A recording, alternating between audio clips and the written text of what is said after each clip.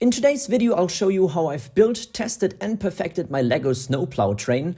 I had finished the basic design of the Snow Plow in the evening when it started to snow and decided to lay out some train tracks in my garden. I initially expected it to snow about, 5 centimeters overnight, which would have been perfect. But the next morning I woke up to this, 30 centimeters of unfortunately quite heavy snow, which of course was way too much for the Snow Plow. I mean, just take a look.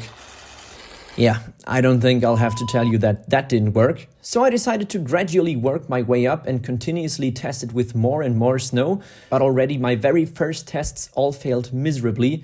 There were two main problems. Firstly, the train tracks were too icy, and secondly, snow kept on sticking to those two side panels of the Snow Plow. So I decided to completely remove them, and although the train at this point looked more like an airplane without wings, it in fact for the first time seemed to be somewhat on its way to working. I then tried to extend this propeller thing in front of the train, and in combination with taking more of a run-up, it now actually cleared a bit of snow from the train tracks, which gave me enough confidence in the project to literally spend the entire rest of the day working on and perfecting the mechanism of the Snow Plow. For example, that was the most important part actually, closing the gap between the train and this rotating thing in front. Late in the evening, it was already dark at that point. I then had my first decent attempt at clearing the train tracks, but still, since the snow down here in the valley was too heavy and it continued snowing over the course of the week, I then called up a few friends of mine, asked them if they wanted to go ski touring up the mountain in order to test my LEGO Snow Plow under improved conditions.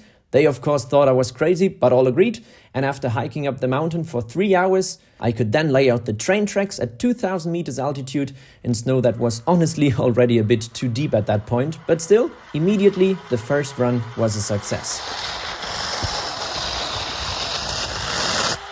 Since that attempt was a bit too fast, however, and I wanted to test the train in even deeper snow, I connected a second train to power the Snow Plow, and now, without me talking, simply enjoy that attempt while listening to the beautiful sound of the LEGO motors running.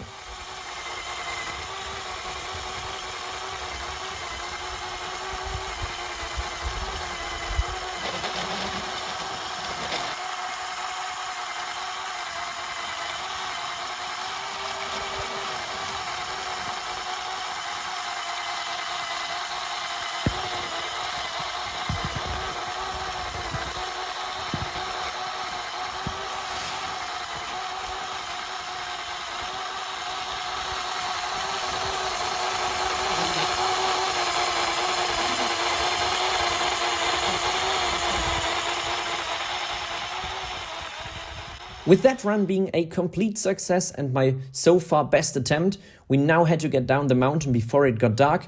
This, by the way, is me skiing. Never imagined that I would be able to combine building LEGO with skiing. Though the LEGO train suffered severe damage in our backpacks on the way down, having rebuilt the entire thing, I can now show you how the Snow Plow is built and powered inside. I'm of course only using LEGO motors, since using anything but LEGO would be considered cheating.